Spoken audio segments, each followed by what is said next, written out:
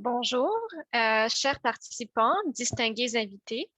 Je me présente, Dina Mansour, et je suis conseillère en développement des marchés internationaux au service Accélère de la Chambre de commerce Montréal métropolitain.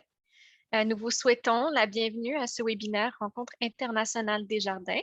Ceci est le 6e de notre série sur les institutions financières internationales. Le thème d'aujourd'hui porte sur le pôle de l'énergie en Afrique de l'Ouest de la Banque mondiale. Alors, permettez-moi tout d'abord de remercier nos partenaires qui ont rendu cet événement possible, en commençant par Desjardins, notre commanditaire en titre, nos collaborateurs Exportation et Développement Canada, ainsi que la presse, et notre partenaire Développement économique Canada pour les régions du Québec pour son soutien à l'ensemble de nos activités en commerce international. Je voudrais également remercier le Bureau de liaison avec les institutions financières internationales de l'ambassade du Canada à Washington pour leur contribution à l'organisation de cette sous-série d'événements sur les institutions financières internationales, ainsi que le groupe de la Banque mondiale. Alors, les experts invités d'aujourd'hui sont Julie Mann, déléguée commerciale pour les institutions financières internationales à l'ambassade du Canada à Washington, Laura Dorling-Van der Oud, conseillère senior au bureau du directeur exécutif pour le Canada, l'Irlande et les Caraïbes du groupe de la Banque mondiale, ainsi que Charles Cormier, directeur sectoriel énergie et industrie extractive dans la région de l'Afrique de l'Ouest au groupe de la Banque mondiale. Avant de commencer, je vous invite à prendre un moment pour vous familiariser avec les outils dont vous disposez.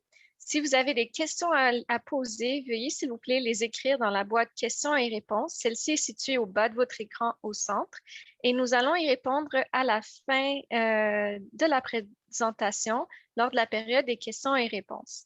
Nous vous invitons aussi, s'il vous plaît, à indiquer idéalement à qui votre question s'adresse.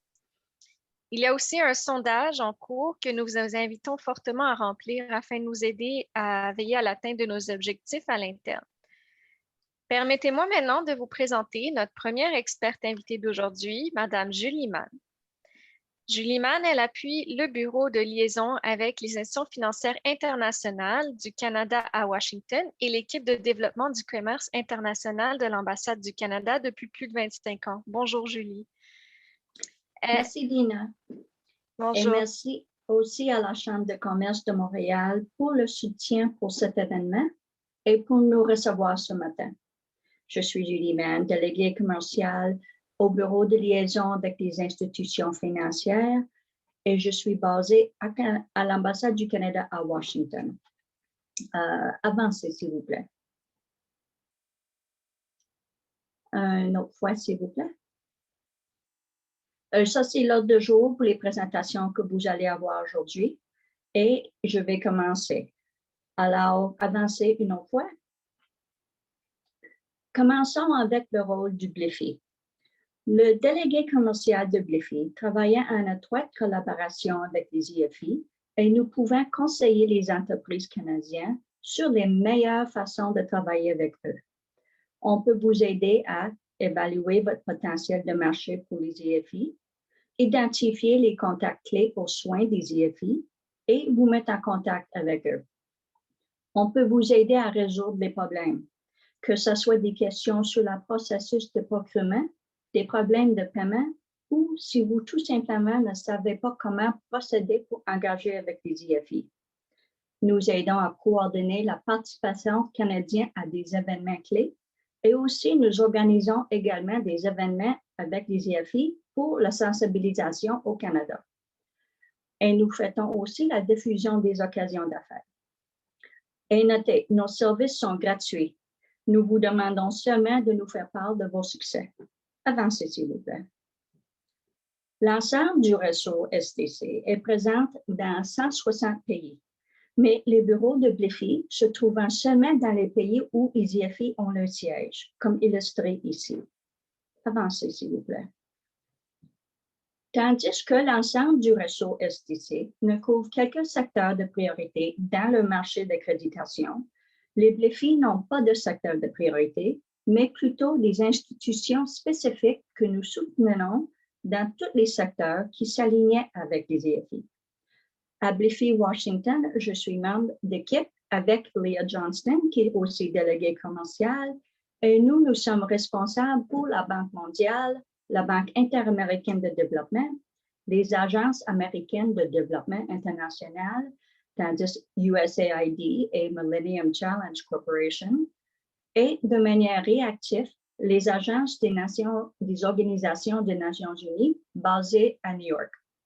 Nous avons des collègues à Manille, responsables pour la Banque asiatique de développement, un collègue à Beijing, responsable pour la Banque asiatique d'investissement pour les infrastructures, un collègue à Abidjan, responsable pour la Banque africaine de développement, et aussi à Bridgetown pour la Banque de développement des Caraïbes.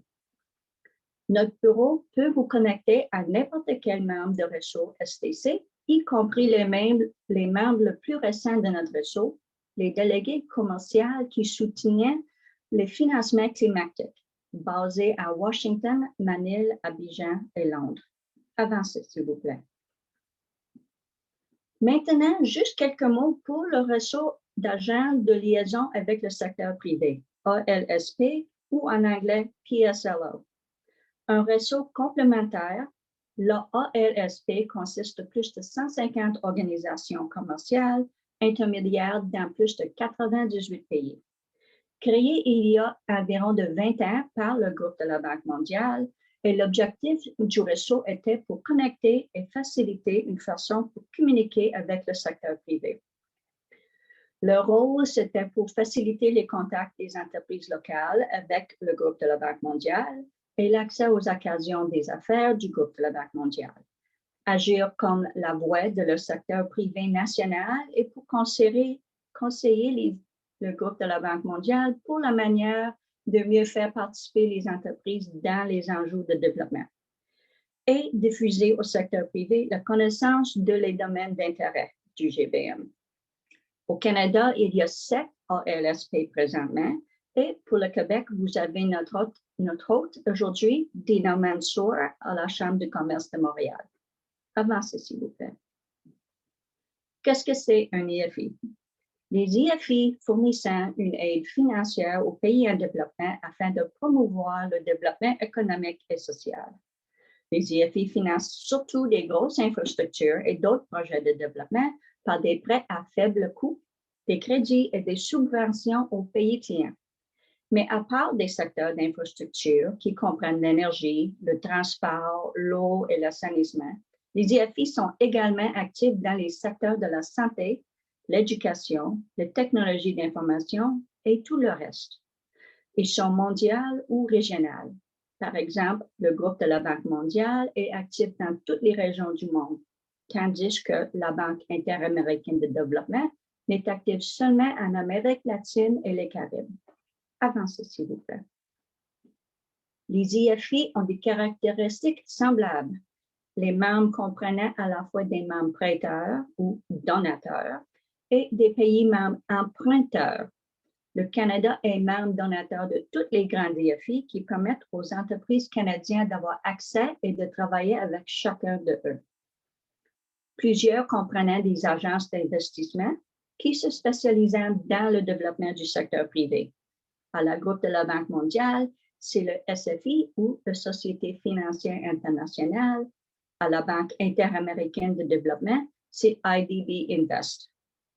Ils fournissent des services financiers, techniques, consultatifs aux pays clients et jouent un rôle précieux dans la recherche et la coopération liée aux enjeux de développement. Et les IFI ne sont pas seulement des prêteurs financiers. Ils sont aussi des groupes de réflexion sur le développement. Leurs personnels sont des experts dans leur domaine et ils sont toujours à la recherche des idées nouvelles et innovantes pour accomplir leurs objectifs de relever ou soulager le défi de développement pour tous. Avancez, s'il vous plaît.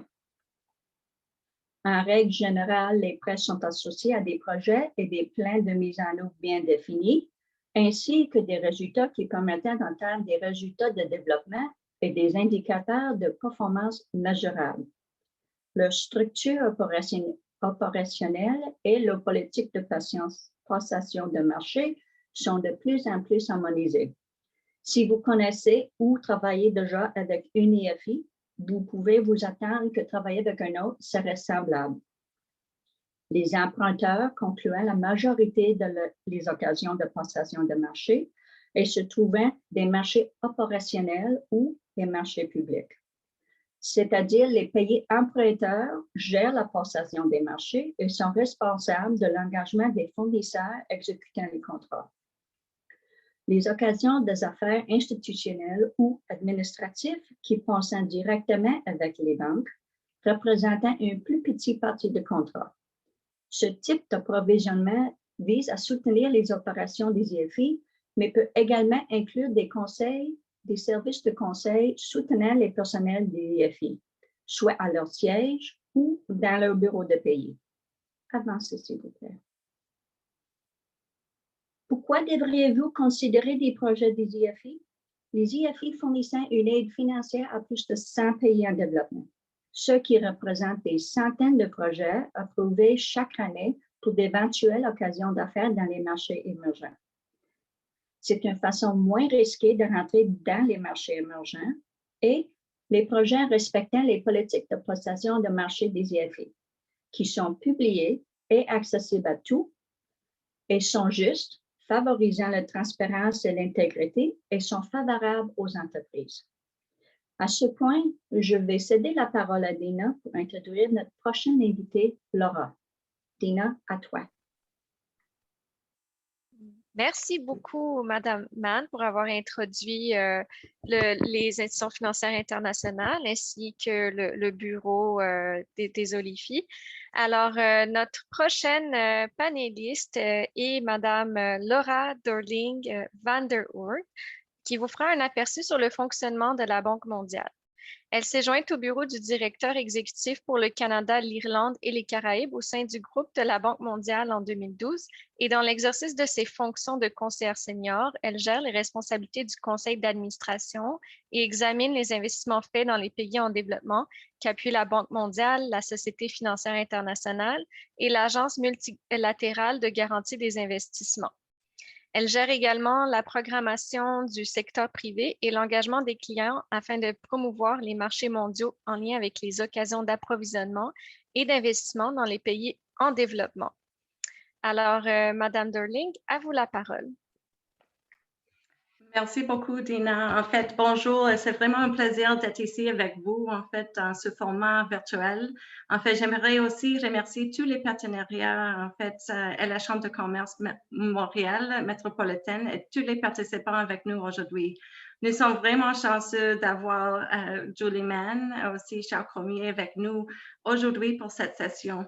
En fait, je vais prendre juste quelques minutes juste pour expliquer et présenter en fait le mandat du groupe de la Banque mondiale, aussi la structure du groupe de la Banque mondiale et aussi partager avec vous quelques priorités canadiennes.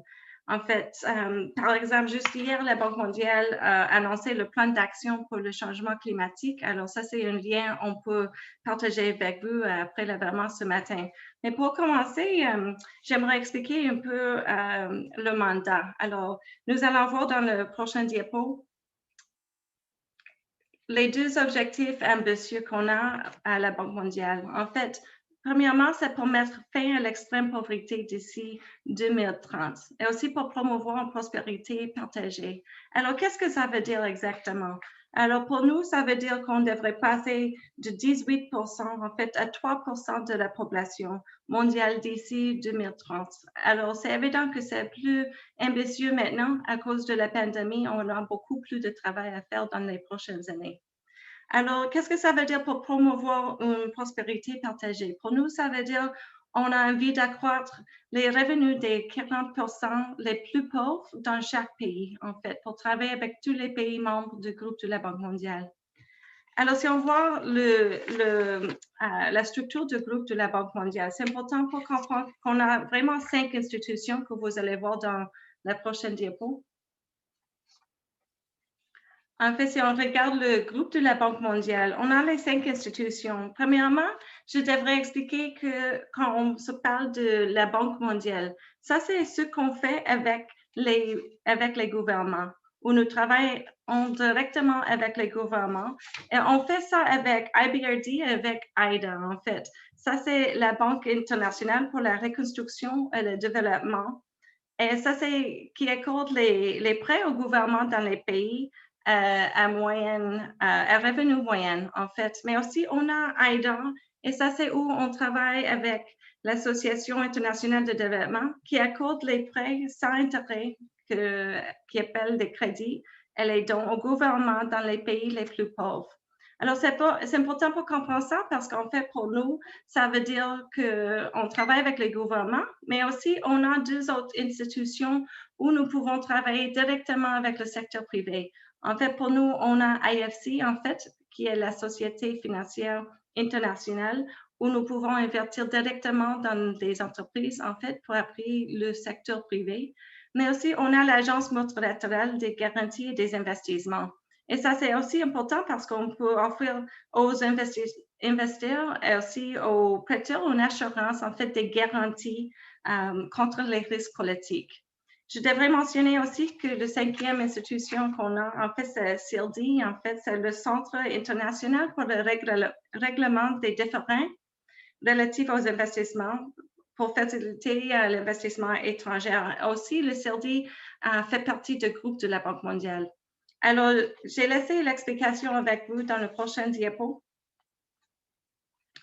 que vous pouvez faire la référence au futur. Mais si on regarde le portefeuille d'engagement dans le prochain diapo, c'est important pour voir qu'on est vraiment une banque qui gère les opérations avec des gouvernements, avec le secteur privé au niveau mondial.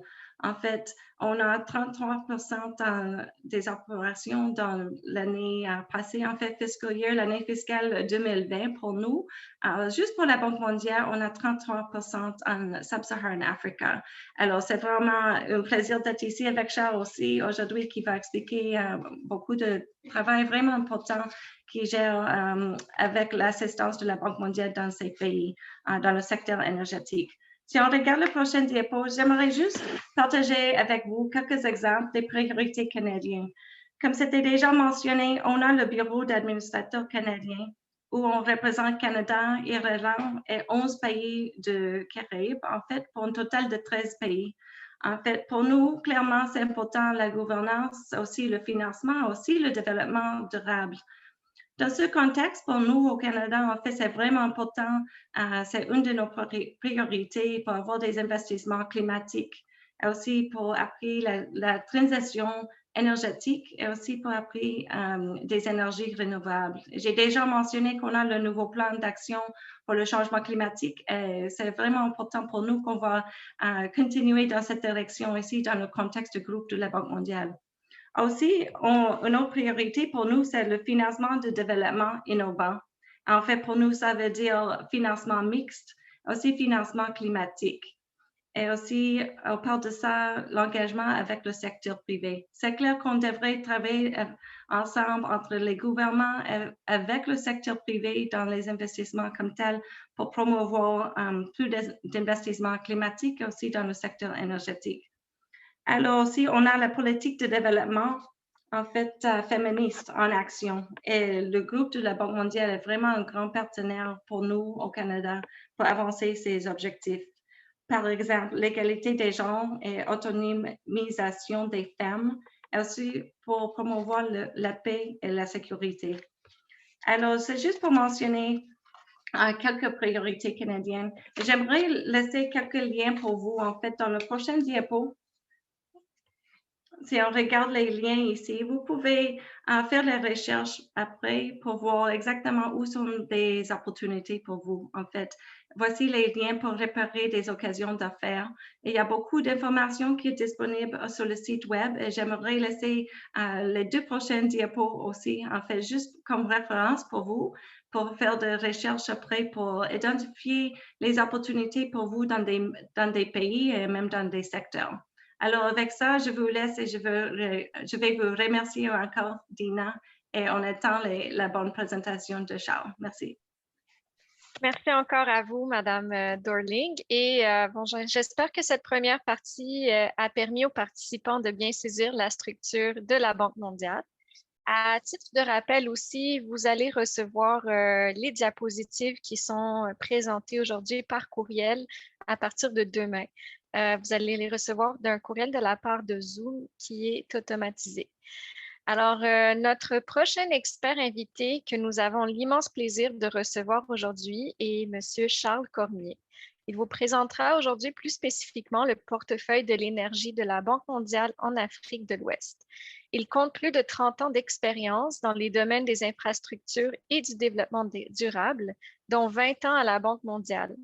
À son poste actuel de directeur sectoriel de l'énergie en Afrique de l'Ouest, il veille à soutenir la région la plus pauvre du monde dans ses efforts pour obtenir l'accès universel d'ici 2030, à développer l'infrastructure et le cadre stratégique nécessaire pour favoriser un marché régional de l'électricité en Afrique de l'Ouest et à élaborer des solutions intégrées pour une transition vers des énergies plus propres.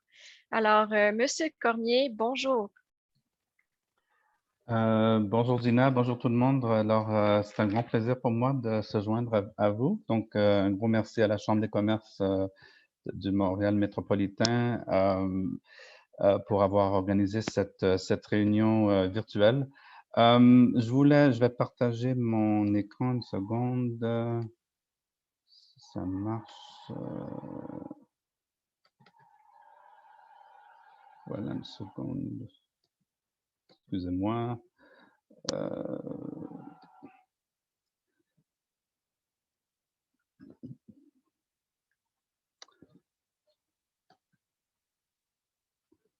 Alors là, je ne réussis pas à partager. Je ne sais pas si...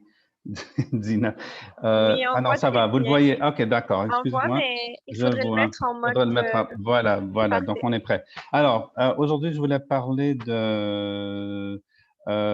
travail de la Banque mondiale pour aider les pays africains à atteindre l'accès universel à l'énergie durable, fiable et moderne. Donc, c'est l'objectif de développement durable numéro 7. Je pense qu'il y a eu beaucoup de travaux sur cet objectif dans les autres régions, donc notamment en Asie dernièrement, durant les 10 dernières années. Et si on veut atteindre cet objectif très important, il faut surtout travailler pour l'Afrique parce que l'Afrique est un peu en recul. Donc, c'est un peu ça. J'avais parlé de 3 choses, donc des défis de l'Afrique pour atteindre cet objectif. Je vais aussi parler des raisons pour être optimiste parce qu'il y a on est dans une technologie disruptive. On a parlé d'énergie renouvelable. On est dans un secteur où il y a beaucoup de technologies disruptives. Donc, il y a matière à être optimiste. Et troisièmement, je voulais parler aussi disons, des stratégies que l'Afrique a pour atteindre ses objectifs et du travail de la Banque pour appuyer ces pays. Donc, voilà. Donc, pour les défis, donc c'est clair que il y a quand même encore 600 millions de personnes en Afrique subsaharienne qui n'ont pas accès à l'électricité, c'est-à-dire que le taux d'accès est environ de 48%. Et ce qui m'a beaucoup choqué quand j'ai commencé à travailler en Afrique, c'est que les Africains payent parmi les prix les plus chers, donc 2 fois supérieurs à ce qu'on voit à la moyenne mondiale. Et aussi, ils ont des consommations qui sont très, très pauvres, donc à 5% de la consommation qu'on voit en Amérique du Nord et 10% qu'on voit en Europe. Donc, ce sont des problèmes qui sont importants parce qu'on n'a pas beaucoup de revenus dans les sociétés d'électricité. En plus, l'Afrique est un continent qui est très dynamique, il y a beaucoup d'investissements, le PIB a été une très bonne croissance depuis quelques décennies et on parle beaucoup de capital humain, mais par contre, on se rend compte qu'il n'y a pas d'électricité normalement, notamment pour les écoles, donc 75% des écoles n'ont pas accès à l'électricité et on est en pleine pandémie, on se rend compte que 68% des centres de santé n'ont pas accès à l'électricité. Les pertes économiques pour cette pauvreté énergétique sont importantes, donc 4% du PIB dans certains pays, c'est énorme.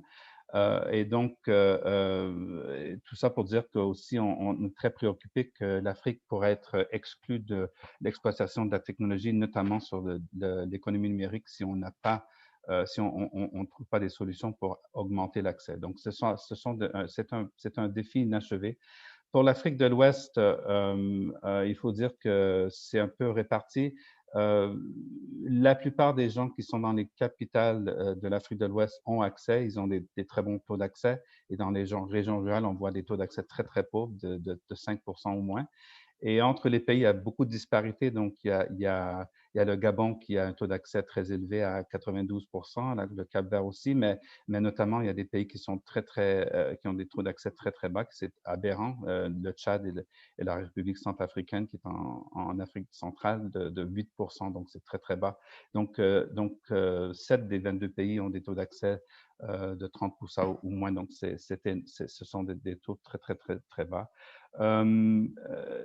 Il y a aussi il y a des pays où la population il y a beaucoup plus de population. Donc, si on parle ma collègue Laura parlait de réduction de pauvreté et de promouvoir la prospérité partagée. Donc, si on veut atteindre beaucoup plus de gens, il faut aussi faire des investissements sur les pays les plus peuplés. Donc, les pays où la plupart des personnes, donc une majorité des personnes n'ont pas accès, sont le Nigeria, le Niger, le Burkina et le Tchad. Mais dans l'ensemble d'Afrique de l'Ouest, il y a presque tous les pays ont des défis d'accès à l'électricité, comme vous pouvez le voir sur cette carte. Alors, j'ai parlé tantôt de pauvreté. Alors, Dina disait que l'Afrique de l'Ouest est la région la plus pauvre du monde, et c'est vrai. Donc, et ce qui est choquant, c'est que en fin de compte, même avec les technologies disruptives dont je mentionnais, avec tous les découlés qu'il y a eu sur le marché solaire, il y a quand même, c'est pas abordable pour tous. Donc, dans l'ensemble des pays, si on demande un service de 4 heures, c'est abordable pour la plupart des gens, ce qu'on appelle des kits solaires ou des panneaux solaires à l'entrée. Mais si on demande des services avec beaucoup plus de services de 8 heures ou de 16 heures, ça devient de moins en moins abordable. Donc, c'est un problème aussi pour les sociétés comme la nôtre qui essaient de réduire la pauvreté. Donc, il y a ce problème. Et deuxièmement, ce que je voulais dire à gauche, on parle aussi des coûts de connexion. Donc, les coûts de connexion sont pas toujours abordables. Donc, seulement dans la moitié des pays, on voit que les gens puissent, une fois que la ligne arrive dans leur village ou qu'ils puissent se permettre de payer les frais de connexion. Donc, c'est un problème. Et deuxièmement, il y a des pays qui n'ont pas des tarifs sociaux. Donc, alors, c'est une politique qui est importante parce que une fois qu'on est connecté, s'il y a une subvention pour la connexion, souvent les gens ils sont assez pauvres, donc ils ont des consommations très, très minces et il faudrait avoir des tarifs plus bas pour ces gens qui sont là. Donc, quand on fait une politique énergétique, en Afrique, il faut prendre en compte tous ces problèmes de pauvreté et d'assurer que tous pourraient avoir service. Donc, c'est un problème d'assurer qu'une politique soit inclusive. Et l'autre point qui est super important de signaler, c'est que COVID a vraiment, on le sait tous, a touché le monde entier. Ici aux États-Unis, on est maintenant, je ne sais pas, à 54% des gens qui sont vaccinés. En Afrique, on voit des taux de 2%, c'est très faible. Par contre, il y a eu beaucoup moins de gens atteints, mais quand même, c'est une pandémie qui n'a pas encore fini son cours. Donc, les pays se sont tous dotés de politiques de confinement. Donc, il y a vraiment la première récession en Afrique depuis 25 ans. Donc, avant la pandémie en 2012, on voyait des taux de croissance au niveau de l'ensemble des pays de 3,2 et on voit que la crise a chuté le PIB de 2,5%. Et si on envisage une pandémie qui pourrait avoir une durée beaucoup plus longue, ça pourrait être encore pire. Donc, vous voyez les chiffres, je vois et le secteur d'énergie a été particulièrement touché parce que plusieurs pays ont donné ont permis aux gens de ne pas payer leur électricité pendant un ou deux mois ou quelques mois pour pouvoir réduire les impacts de cette pandémie sur la trésorerie de chaque ménage. Donc, ça a été ça. Je voulais aussi signaler qu'un des gros volets de la banque, et pour attirer le secteur privé comme vous, il faut s'assurer que les sociétés d'électricité puissent payer leurs fournisseurs. Donc, c'est ça, un des gros travaux qu'on fait, c'est essayer de s'assurer qu'il y a un équilibre financier dans les pays. C'est ça le gros programme de la Banque sur les réformes dans le secteur de l'électricité. Et je voulais signaler que la pandémie a un impact parce qu'avant la pandémie, on voyait que peut-être le tiers des sociétés étaient à l'équilibre et pouvaient payer, par exemple, leurs factures courantes. Et aujourd'hui, on pense que ça a chuté à 18%, donc à cause des problèmes que j'ai dit, que les gens ne payent pas leur électricité ou ne peuvent pas se permettre de payer l'électricité.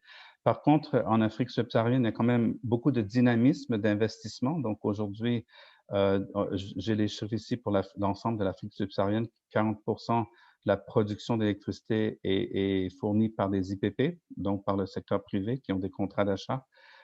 Et c'est à peu près la même chose pour l'Afrique de l'Ouest. Les chiffres sont semblables de 40%. On voit qu'il y a eu des investissements de 38 milliards de dollars dans l'approvisionnement d'électricité en Afrique subsaharienne. Et donc, c'est un investissement à risque durant ces mois de pandémie et de confinement. Par contre, je voulais aussi signaler que la raison pour laquelle la Banque appuie beaucoup les pays sur l'accès à l'électricité en Afrique, c'est qu'on voit beaucoup d'optimistes. De notre côté, on trouve que finalement, presque tous les pays, il y a un leadership dans ce secteur, c'est-à-dire qu'on attire beaucoup de gens qui ont des capacités et il y a une vision dans la plupart des pays d'atteindre l'accès universel. Donc, c'est pas seulement, ça vient pas seulement des Nations Unies ou de programmes internationaux, mais bien dans chaque pays, c'est un sujet qui est très courant. Et ce qui est intéressant, c'est qu'avec la décarbonisation, donc Laura parlait du plan d'action de changement climatique de la Banque et tout ce qui a été fait sur la Convention de cadre des changements climatiques et l'accord de Paris, tout ça, il y a eu des investissements importants pour réduire les coûts. Donc, le coût du solaire, des photovoltaïques a baissé de 90% depuis une décennie. Les coûts d'éolien ont baissé de 75% et même le stockage, qui est quand même pas toujours concurrentiel avec les technologies habituelles, les technologies thermiques. Les coûts de stockage, quand même, ont baissé de 50% depuis 18 mois. Donc, c'est intéressant pour les Africains parce qu'ils peuvent se permettre de faire un bond et de prendre ces nouvelles technologies qui sont quand même abordables. Il y a beaucoup de nouveaux modèles financiers, donc le paiement mobile et ce genre de choses, donc qui est intéressant et de planification qui permet à faire des bons investissements et pas d'assurer que les investissements sont rentables. Et il y a toutes sortes d'approches programmatiques. Donc, on trouve que les pays, de notre côté, la façon que la Banque mondiale et que les autres bailleurs fonctionnent, c'est qu'on a des accords de partenariat pour des périodes déterminées, dans notre cas 4 ans, et on est souvent sollicité par les ministres des Finances pour appuyer les pays sur le secteur de l'énergie, surtout durant les quelques années précédentes, et on voit un besoin dans les prochaines années pour atteindre l'accès universel d'ici 2030.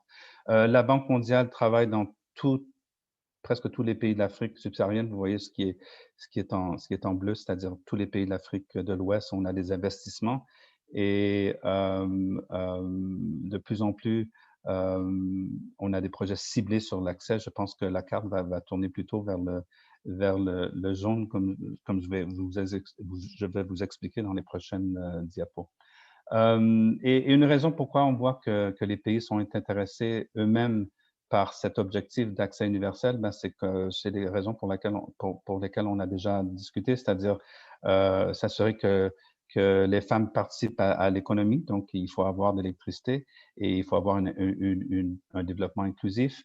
C'est un secteur qui est important pour le développement économique, la diversification économique. On voit au Tchad, par exemple, un pays qui est presque complètement dépendant du pétrole.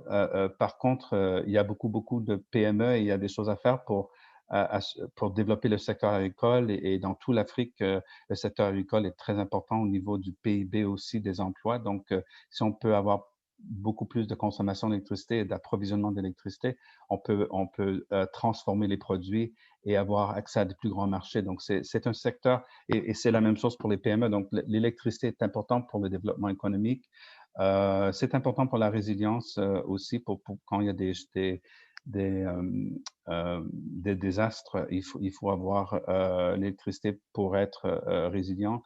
Et finalement, ben, il y a des régions qui ne se développent pas parce que notamment, il n'y a pas d'emploi. Donc, on sait que l'énergie est un des éléments importants pour réduire la fragilité.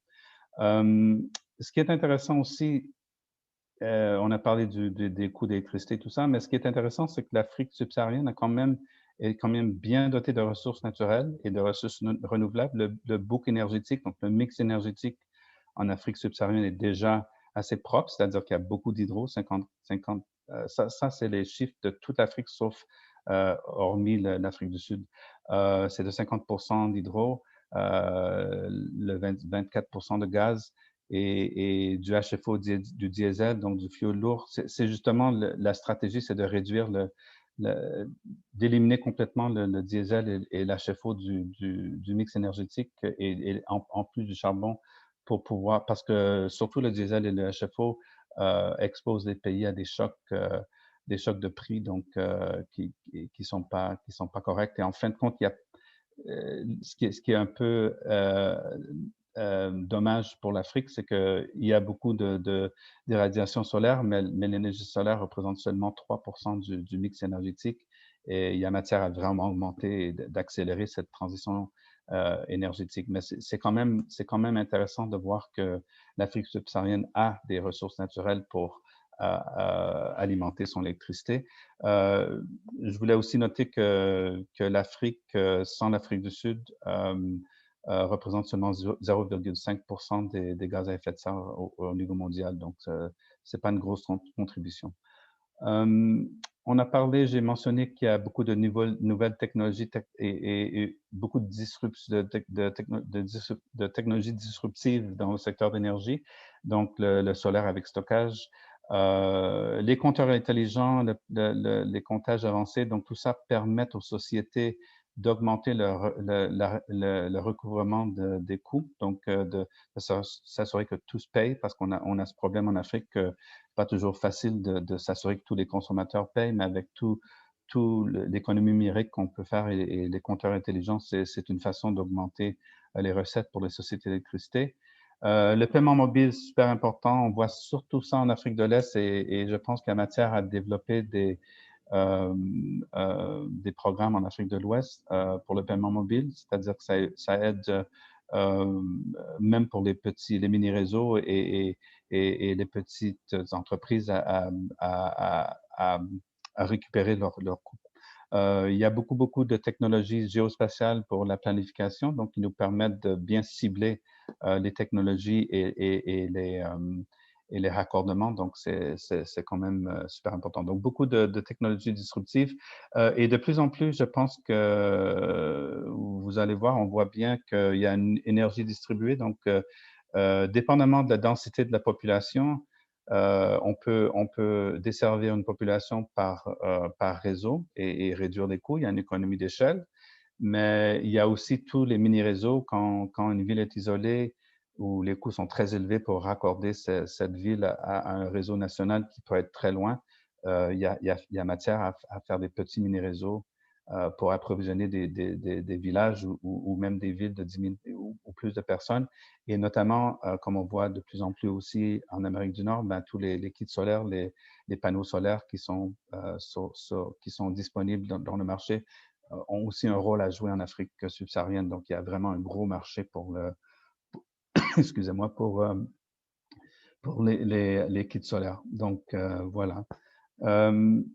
Et je parlais tantôt de technologie de géospatiale. Alors, on a fait une analyse au niveau de l'Afrique subsaharienne et on se rend compte que environ 40% des gens pourraient être approvisionnés par des systèmes en réseau et 60% par le réseau. C'est une analyse très, très détaillée et quand on investit dans un certain pays, on la refait même encore plus détaillée, même pour chaque maison peut être identifiée pour la solution de chaque consommateur pour voir si c'est à moindre coût un réseau ou un hors réseau ou quel genre de hors réseau. Et donc, ces technologies sont disponibles maintenant, donc ça réduit les coûts de beaucoup.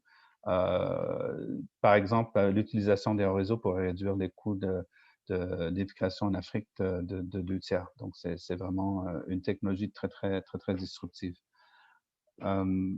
Voilà. Et ce qui est intéressant aussi, c'est qu'il y a beaucoup de pays qui ont des politiques qui sont propices à l'investissement du privé. Donc, il y a une analyse d'ESMAP. ESMAP, c'est un groupe de bailleurs qui se sont regroupés depuis que ça existe depuis 40 ans, qui appuie les assistances techniques pour justement informer non seulement les investissements de la banque, mais aussi le marché. Et le Canada fait notamment partie d'ESMAP et vous avez accès à tout ça. Mais vous voyez ici qu'il y a plusieurs pays, même en Afrique de l'Ouest, qui ont des bonnes politiques pour l'accès, c'est-à-dire qu'ils ont en place des plans d'électrification, qui est approuvé disons, par tous les décideurs du pays, qu'il y a des prospectus d'investissement qui identifient certains projets qui sont disponibles et tout ça. Donc, et par contre, il y a des pays, comme vous voyez, qui sont dans le rouge ou dans le jaune. Et justement, le travail de la Banque mondiale et des autres bailleurs, c'est de s'assurer que ces pays sont appuyés pour qu'ils puissent avoir les instruments diagnostiques possibles pour accélérer dans l'accès. Je voulais aussi mentionner qu'il y a quand même du secteur privé dans l'Afrique. J'ai mentionné qu'il y avait 38 milliards d'investissements dans l'ITP. Et quand on fait un sondage, vous voyez les chiffres ici sur les investissements privés en énergie. Donc, on a les chiffres jusqu'en 2019. Donc, ça représente en 2019 un milliard de dollars. C'est surtout dans la production et dans leur réseau, c'est-à-dire les solaires et les mini-réseaux. Un peu plus d'intérêt sur les réseaux de distribution, le transport moins et sur le détail un peu moins. Mais il y a beaucoup d'intérêt du privé sur les investissements dans la production et dans les mini-réseaux. Sur les mini-réseaux, juste pour dire qu'on a la banque, je pense, finance 40%, la Banque mondiale finance 40% de tous les mini-réseaux du monde. En fin de compte, c'est qu'on a des différents modèles qui sont des partenariats privés-publics. Et de plus en plus, on cherche des solutions pour réduire les coûts et s'assurer que le privé prenne de plus en plus de place dans ces marchés. Donc, on a des programmes assez intéressants dans ça.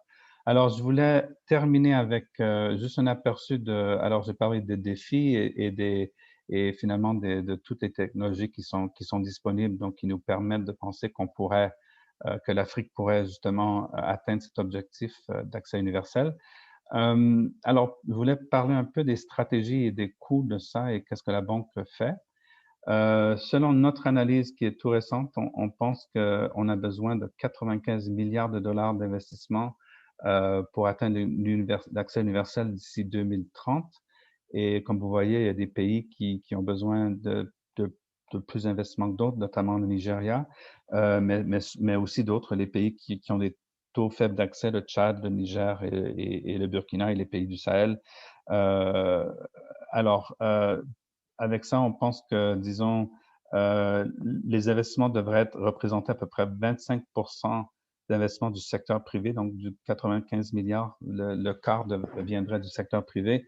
C'est une hypothèse en supposant que 80% de la production est basée sur le réseau et 50% sur les mini-réseaux. Alors voilà, c'est un peu ça.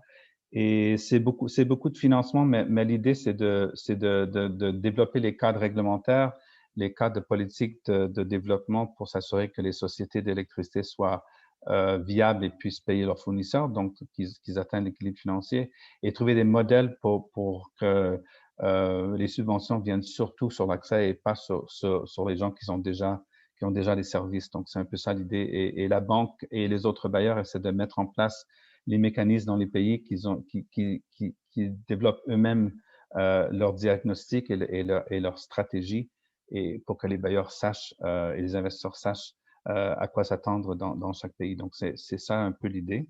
Comme je disais, il y a des pratiques internationales qui se sont bien développées. Là, j'ai le Madagascar qui est en Afrique de l'Ouest, mais ça se ressemble, c'est-à-dire que il faut surtout, alors de notre côté, ce qu'on essaie de faire, c'est de surtout appuyer les pays à faire une planification sectorielle. C'est ça qu'on pense qui manque dans les pays ou qui est fautif.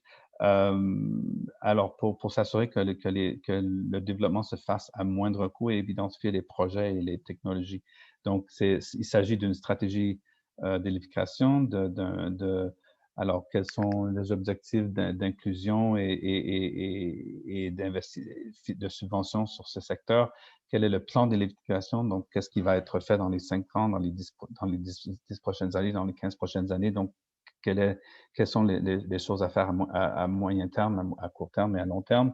Il faut aussi regarder le plan de développement de production, donc ce qu'on appelle en anglais le Power Development Plan, donc un plan de développement à moindre coût pour voir quelle technologie sera utilisée pour s'assurer que les coûts restent quand même abordables. Et par la suite, ben aussi des prospectus d'investissement, c'est-à-dire des projets concrets où le pays puisse lancer des DAO. Donc, au lieu d'utiliser du gré à gré qui est fait très, très couramment en Afrique. De notre côté à la banque, ce qu'on finance, alors on est inclus, on est investisseur dans presque tous les volets du secteur, c'est-à-dire que surtout en distribution, comme je disais, on fait beaucoup de financement en accès, donc sur le secteur de distribution, que ce soit du réseau ou du hors réseau. Et même, je n'ai pas trop parlé, mais de la cuisson propre, qui est un problème aussi en Afrique où les gens utilisent des énergies, du bois qu'ils prennent des forêts qui contribuent à la déforestation du continent. Alors, on est surtout dans le système de distribution. Sur le transport, c'est quand même un monopole naturel, c'est-à-dire que normalement, on fait un système de transport national dans un pays et il y a quand même eu, dans certains cas, des lignes de transport qui sont financées par le privé, mais en Afrique, on n'a pas trop eu d'expérience là-dessus. Mais alors, la banque est très preneur sur les investissements de transport pour justement accélérer l'accès. Et sur la production, on pense, nous, qu'on devrait, pour maximiser les financements, avoir de plus en plus de production. Presque dans tous les cas, on essaie d'attirer un financement privé. Des fois, il faut dérisquer, donc on a des instruments pour dérisquer, notamment les garanties partielles, mais aussi dans quelques exceptions, on a fait des financements publics dans la production. Par exemple, en Gambie, quand le gouvernement ne peut pas se permettre de mettre une garantie souveraine derrière un IPP, on a décidé de financer en public une centrale solaire, mais nous, on pense que le secteur privé devrait financer la partie de production. Donc, on travaille très fort avec nos collègues de la SFI et de MIGA aussi là-dessus. L'autre point que je voulais dire, c'est que, comme j'ai dit auparavant, il faut s'assurer que les sociétés soient viables et qu'elles puissent payer leurs fournisseurs. Donc, un des gros travaux de la banque depuis 2 décennies, c'est justement sur les réformes pour la viabilité financière du secteur. On a plusieurs instruments pour atteindre cet objectif. On a ce qu'on appelle les appuis budgétaires. Donc, c'est un programme de réforme où la banque se met d'accord avec un pays sur le genre de réforme qu'il faut faire dans certains secteurs et on fait un financement au ministre des Finances pour appuyer le budget de l'État. Et c'est un instrument qui est très valable et productif. On a aussi un nouvel instrument qui s'appelle P4R, donc c'est un instrument où on paye une fois que les résultats sont atteints. Donc c'est un paiement contre résultat, on pourrait le traduire en français. Et on a aussi des instruments d'investissement classiques, des IPF, des investissements de projets et beaucoup d'assistance technique. Donc, ce qu'on appelle ASC, c'est des assistances techniques. Là, je vous donne un peu un aperçu du genre de programme de réforme qu'on fait dans le secteur d'énergie. Donc, je ne vais pas aller dans tous les détails, mais je vous laisse avec ça dans dans les acétates, c'est disponible. Mais alors, normalement, ce que les pays nous demandent, c'est justement la viabilité financière. C'est la dernière rangée, donc j'en ai déjà parlé. Les pays sont aussi très, très concernés par la sécurité d'approvisionnement. Donc, toute la planification pour s'assurer qu'il n'y a pas trop de délestage ou qu'on augmente les services et qu'on améliore les services, l'accès universel. La compétence opérationnelle des sociétés, c'est aussi très important. Donc, toutes les sociétés ont des problèmes de gouvernance. Donc, comment on fait pour avoir un cadre de gestion qui puisse atteindre les objectifs? Est-ce qu'il y a, par exemple, des conseils d'administration? Est-ce que les gens sont qualifiés pour faire les postes?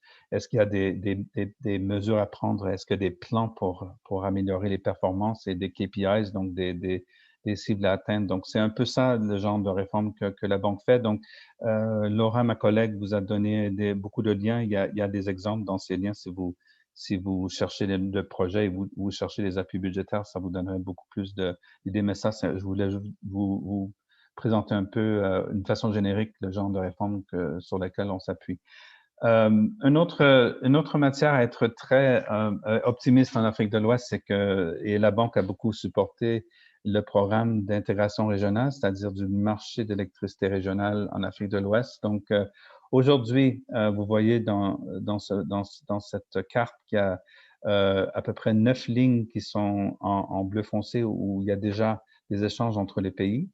Notamment la Côte d'Ivoire, le Burkina et même le Nigeria vers ses pays, ses voisins de l'Ouest et tout ça. Et juste, présentement, il y a plusieurs projets qui sont en cours de construction. Donc, ceux qui sont en bleu clair et pointillé, c'est-à-dire que c'est des projets, il y a 5000 kilomètres de lignes qui sont en construction. D'ici 2024, tous les pays de l'Afrique de l'Ouest vont être connectés avec des connexions primaires.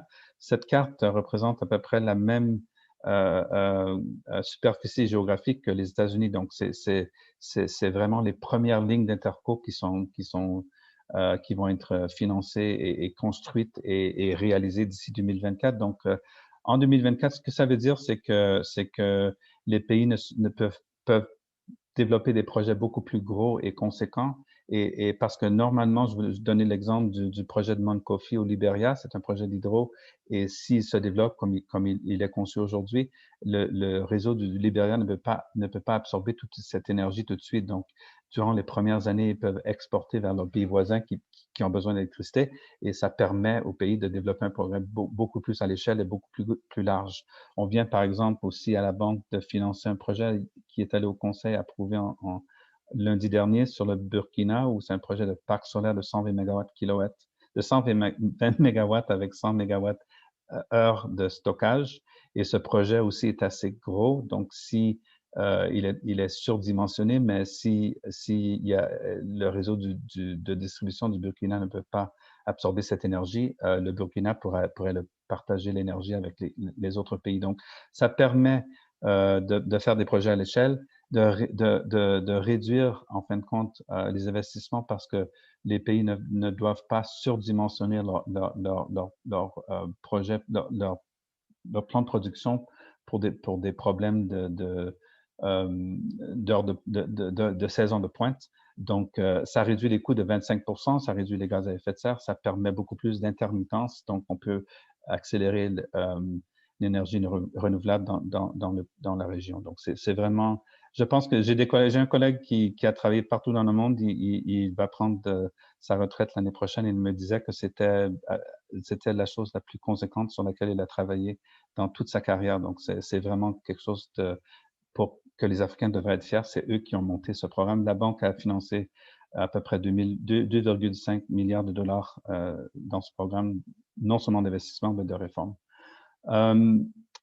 Je voulais aussi dire, pour terminer, qu'il y a beaucoup de projets hors réseau. Je parlais du hors réseau des kits solaires et tout ça. Donc, on a un projet régional qui touche toute la partie d'Afrique de l'Ouest, qui couvre les 19 pays de l'Afrique de l'Ouest et de l'Afrique centrale, qui s'appelle ROGEP, et il est maintenant en vigueur. C'est une ligne de crédit, donc pour les promoteurs de kits solaires, qui n'auraient pas accès au financement, ben, c'est une façon d'accélérer, de s'assurer qu'ils aient des plus gros volumes d'achats. Et on essaie aussi de s'assurer qu'il y a un standard pour les produits solaires partout en Afrique de l'Ouest, donc que les investisseurs ne se retrouvent pas avec des différents standards entre ces pays, donc pour créer un plus gros marché. Donc, il y a ce genre de programme dans plusieurs autres régions de l'Afrique, notamment sur la RDC, l'Éthiopie, le Kenya et le Madagascar.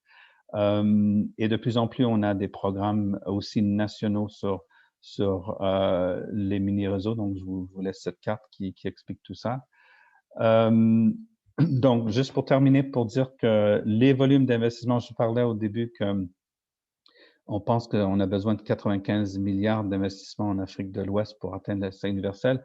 La Banque mondiale a présentement un portefeuille de 7,6 milliards de dollars dans le secteur d'électricité dans l'Afrique de l'Ouest, qui comprend presque 1 milliard de dollars sur des réformes, mais le reste sur des investissements propres et des garanties, tout ça. Donc, alors, c'est un pourcentage, mais l'idée, c'est que quand on investit dans un pays, on essaie justement de renforcer, d'accélérer, de renforcer les réformes pour que la société soit viable et le secteur soit financièrement viable pour attirer des investisseurs privés. Et en fin de compte, on appuie les pays pour développer leur planification pour qu'ils puissent accélérer leur énergie, la transition énergétique. Donc, c'est un peu ça notre programme. J'ai vu le président de la banque qui est allé à une réunion du G7 sur le financement qui disait que la banque va continuer à appuyer les pays d'Afrique de l'Ouest, mais augmenter ses volumes d'investissement en Afrique de l'Ouest sur l'énergie. Donc, je voulais mentionner ça. Et le tout dernier point que je voulais dire, c'est que, comme je disais au début, tous ces investissements sont faits avec des analyses techniques pour identifier pour conceptualiser les investissements et les réformes. Et c'est fait à travers d'assistances techniques qui, des fois, sont faites par la banque, par le staff de la banque, et des fois, c'est fait par le pays. Donc, il y a des différents modèles. Mais on est surtout appuyé par un programme qui s'appelle ESMAP, qui est un programme qui a beaucoup d'informations et beaucoup d'analyses qui sont faites, qui sont publiées. Et je voulais signaler que le Canada est membre de ESMAP. Donc, on est très content de cet appui et ça nous aide beaucoup en Afrique de l'Ouest sur nos programmes en accès à l'électricité. Voilà, donc c'est ça, j'ai terminé. Merci. Merci beaucoup, Monsieur Cormier, et pour ce partage enrichissant. Et j'espère aussi que le public a pu en profiter et en apprendre plus sur les opportunités en Afrique du côté secteur énergétique. Je souhaite aussi remercier Madame Mann et Madame Dorling pour vos interventions. Alors, nous sommes maintenant à la période des questions. Nous allons prendre quelques questions. Je vois quelqu'un qui a la main levée en ce moment. Je vais vous demander de vous écrire, s'il vous plaît, votre question dans la boîte Q&A ou QER si votre Zoom est en français. Donc, une question pour vous, Monsieur Cormier. Alors, on se demandait avec quel pays la Banque mondiale travaille sur des réformes pour attirer les secteurs privés.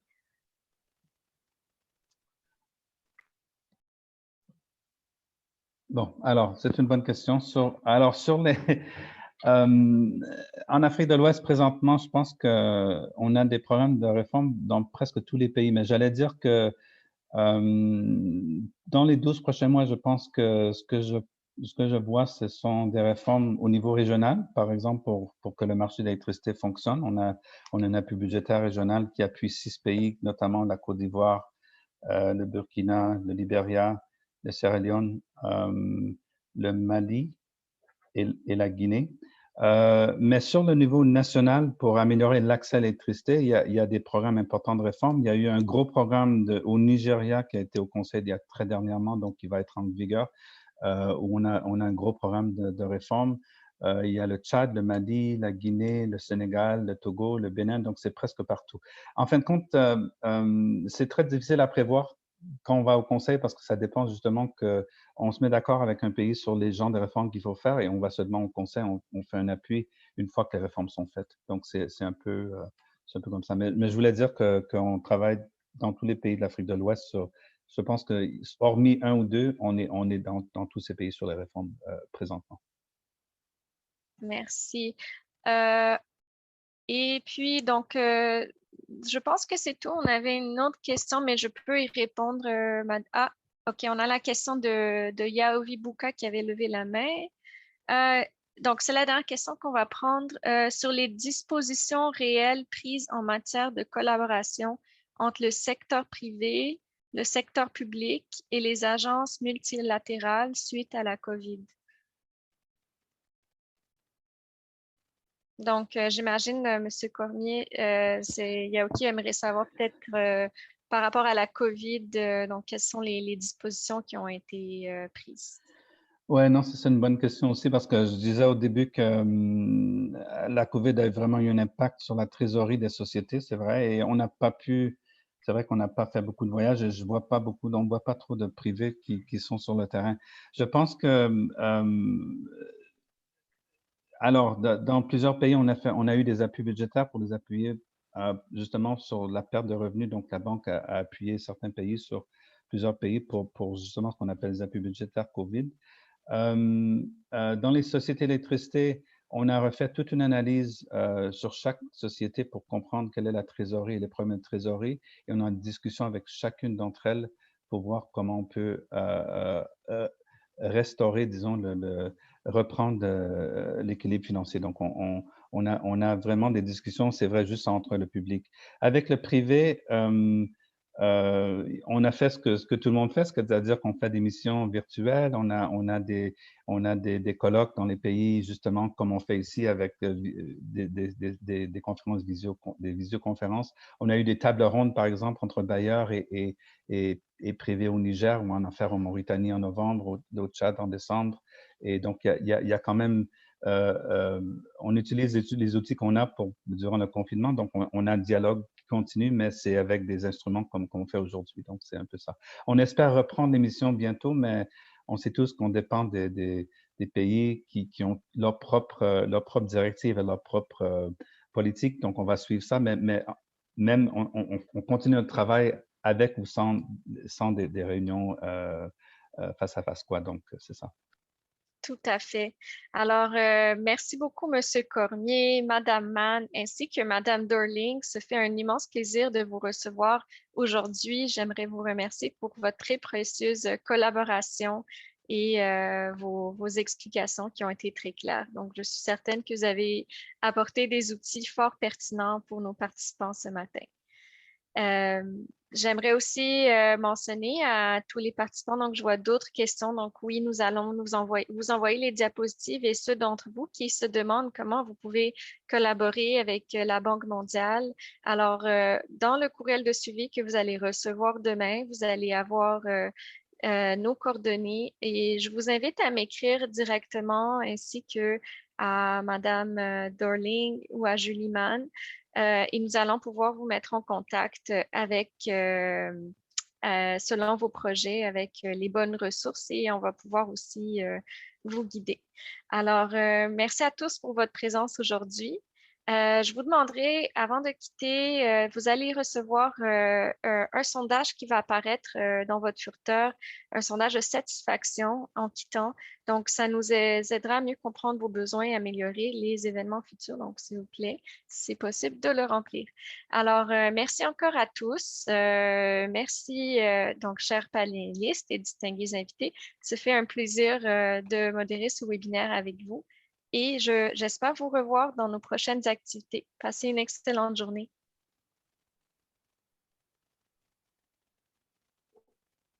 Merci, Dina.